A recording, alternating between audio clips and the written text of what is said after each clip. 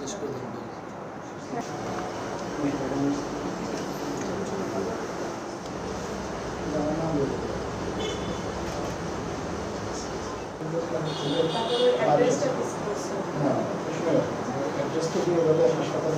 আমাকে 4-5 জন জোর করে নিচে নামিয়ে একটি গাড়িতে উঠায়। আমি নিচে 3 থেকে 4টি গাড়ি দেখতে পেয়েছিলাম।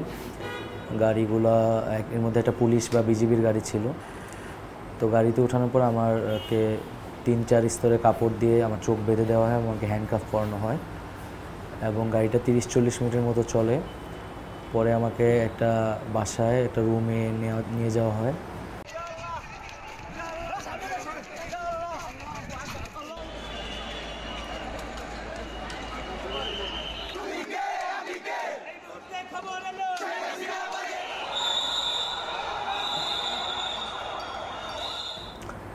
তো তারা লোহার কিছু একটা দিয়ে হয়তো আমাকে আঘাত করতে থাকে এবং আঘাতের একটা পর্যায়ে আমি সেন্সলেস হয়ে যাই এবং বাকি পুরো সময়টাই আমার সেখানে সেন্স ছিল না।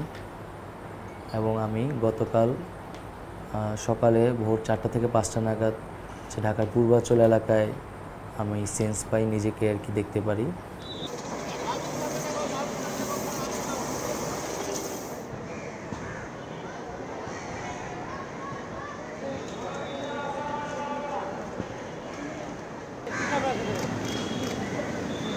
আগের থেকে